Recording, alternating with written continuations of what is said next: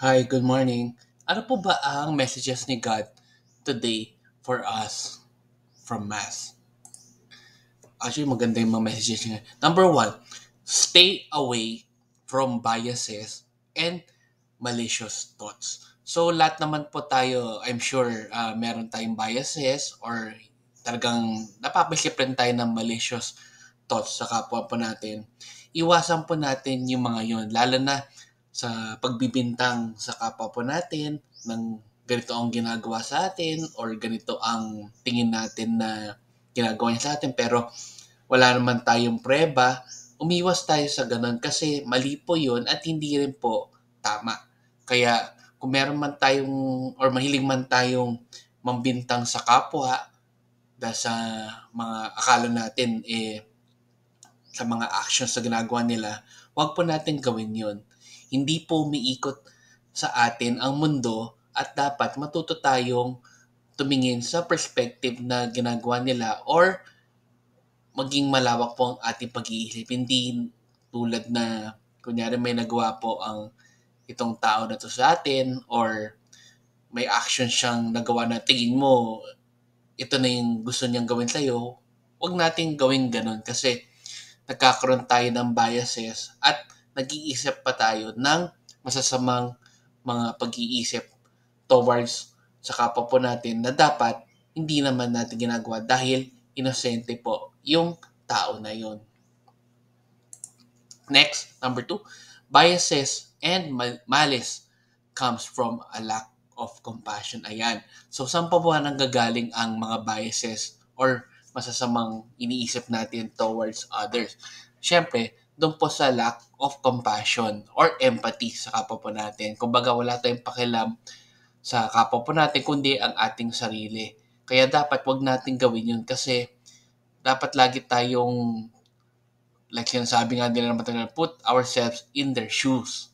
Alamin natin kung ano ba ang perspective sa kanila or ilagay natin ang sarili natin sa lugar nila para maintindihan natin kung bakit nila nagawa ang bagay na yon or kung bakit ganun sila mag-act.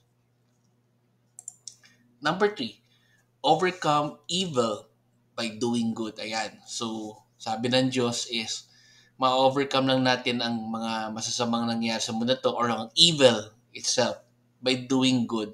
Hindi lang sa atin, pati rin po sa kapwa po natin, lalo na sa mga nangangailangan po na tao. Kaya hindi naman siya nasusukot sa maliit or malaking mga ginagawa sa kapwa po natin. Ang importante ay gumagawa tayo ng kabutihan sa ibang tao. Kaya huwag tayo mahiya kung gumagawa tayo ng kabutihan kahit na maliliit na bagay lang kasi mas yun ang importante. And lastly, the evil spirit will do everything for us not to do God's will. Ayan. So, like sabi nga ni Father, ang demonyo or ang demons, gagawa yan ng anything para ma-prevent tayo na gumawa ng kabutihan or kung ano yung gusto ni God pagawa sa atin. Like example, magkakas daw yan ng doubts, ng katamaran, ng yun nga, malicious thoughts sa atin bago pa natin gawin yung pinaplano natin na mabubuting bagay sa ibang kapwa po natin. Kaya kapag nangyari po yon na nakaisip tayo ng doubts or parang tinamat tayo bigla or ayaw na natin gawin yung mabubuting mga gawain towards kapwa po natin, ang masamang espiritu or mga demonyo ang pumipigil sa atin gawin yon. Talagang gagawa sila lahat ng kahit anong pwedeng mangyari sa atin or gagawa sila ng anything para hindi natin magawa yung kabutihan na yun sa kapwa po natin. Ayan. So, ang ganda po ng mga messages ni God ngayon, no? Talagang applicable sa buhay po natin. Kaya, magdasal po tayo. Let's end again with a prayer. In the name of the Father, and of the Son, and of the Holy Spirit. Amen. Lord, sana po ay maiwasan po namin yung maging bias towards other people.